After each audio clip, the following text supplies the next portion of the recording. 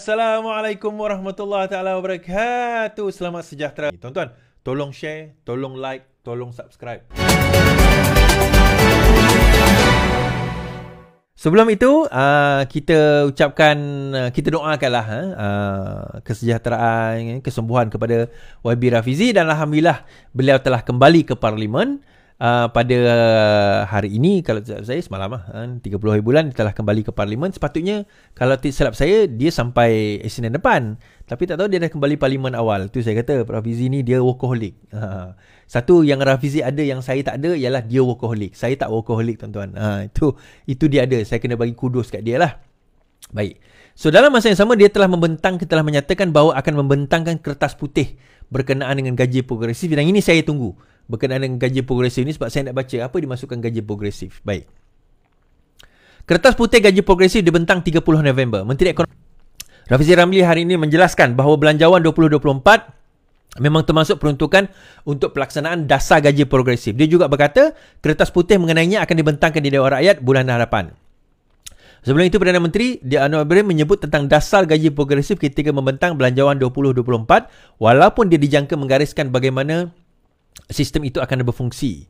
Bercakap di Dewan Rakyat hari ini, Rafizi berkata dana untuk projek rintis melibatkan sektor swasta telah diletakkan di bawah peruntukan untuk kementeriannya. Kerajaan memahami pelaksanaan gaji progresif adalah langkah berani yang akan membawa kesan besar kepada ekonomi dan rakyat, kerana ini kali pertama kerajaan akan campur tangan secara terus untuk meningkatkan gaji sektor swasta. Maka keputusan dibuat adalah pelaksanaan perlu melibatkan kesemua pihak dan digerakkan sebagai langkah bersama satu negara, katanya.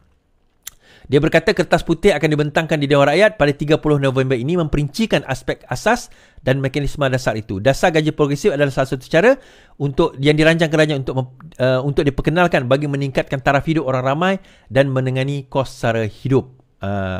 Rafizi kembali ke Dewan Negara setelah prosedur stent jantung. Baik. Now, kenapa dasar gaji progresif ini sangat penting, tuan-tuan? Okey. Sewaktu kita jadi pembangkang dahulu, saya pernah cerita bahawa untuk kita nak menangani masalah ekonomi ataupun masalah pendapatan dan inflasi dan sebagainya ini, kita perlu menyelesaikan 3 perkara ini. Salah satu daripada 3 perkara ini, sama ada kita kena kurangkan kos barang, naikkan gaji, atau kedua-duanya sekali. Maksudnya tambah pendapatan atau kurangkan kos kehidupan. Now, sekarang ini kerajaan dalam masa sama ada mengekalkan atau mengurangkan kos. Kerajaan juga aktif dalam usaha untuk nak meningkatkan pendapatan. Now, menariknya dalam kerajaan bolehlah. Pegawai-pegawai kerajaan sekarang ini gaji setengah di-revise, setengah sedang dalam proses untuk nak tukar, nak tambah. Yang last dia orang revise gaji kerajaan ada pada tahun 2012. Itu last. So sekarang ni dia nak revise balik, dan sementara menunggu gaji itu di-revise, pegawai-pegawai kerajaan sama ada pencen, tidak berpencen, dan juga pegawai kerajaan yang ada menerima sehingga RM2,000 sementara menunggu gaji mereka di-revise. Good lah. Untuk kerajaan okey lah. Gaji pun akan di-revise dan sebagainya, meningkatkan lagi pendapatan. Isunya swasta bagaimana? Nah, swasta tak boleh nak follow. Kita sebagai majikan kadang-kadang ialah tambahlah kos kita. So, kerajaan meletakkan inisiatif ini. Nah, menariknya, macam kita kata, kalau kerajaan minta swasta untuk naikkan gaji pekerja-pekerjanya, so bagaimana majikan nak kena tanggung kos tambahan tersebut? Di sini Rafizi sebut bahawa kerajaan akan directly intervene dalam kenaikan kadar gaji itu. Itu yang menarik. Yang itu saya nak tunggu bagaimana mekanisme, company bagaimana yang terlibat, permohonannya bagaimana, gaji yang bagaimana, siapa, kontrak ke, permanent ke, bagaimana, bagaimana itu 30 November ini, perkara ini akan dibentang dan juga dibawa ke kabinet.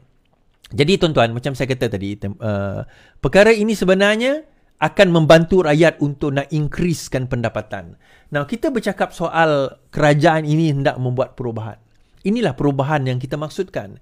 Now, bagaimana kerajaan mampu menanggung semua ini? Dia 2 perkara, tata kelola yang baik dan tidak sakau. Sebenarnya benda ni boleh buat. Perkara ini boleh buat. Bayangkan tuan-tuan, bajet tahun ini, bajet 2024 tahun depan, adalah bajet yang terbesar dalam sejarah negara kita. Terbesar. Tetapi pengurusan dia, bajet pengurusan mengecil, menurun, bajet subsidi ni meningkat, bajet pembangunan meningkat. Subsidi kepada rakyat, pembangunan kepada rakyat. Dua-dua ni ditingkatkan, ditambah lagi. Ditambah lagi berbanding tahun sebelumnya. Malah Sabah dan Sarawak mendapat jumlah dana bantuan tahunan yang lebih tinggi daripada dalam sejarah Sabah dan Sarawak. In fact, biasanya setiap tahun kerajaan bagi lebih kurang 16 juta sebelum ini kepada kerajaan Sarawak. Tahun ini ditambah, kalau tak silap saya, 300 juta ringgit on top of 6 bilion yang diberi kepada Sarawak. On top of atas daripada apa yang dah dinyatakan dan dah diberikan sebelum ini. Jadi bajet itu bagaimana boleh ada? Tata kelola yang baik, tak sakau. Itu yang paling utama sebenarnya. Walaupun ada yang kata menteri ini tak efficient dan sebagainya, tim Anwar ni kurang, tetapi they are learning. Give them time. Yang penting direction kita betul, arah kita betul dalam kita nak menghadapi perkara ini. Baik.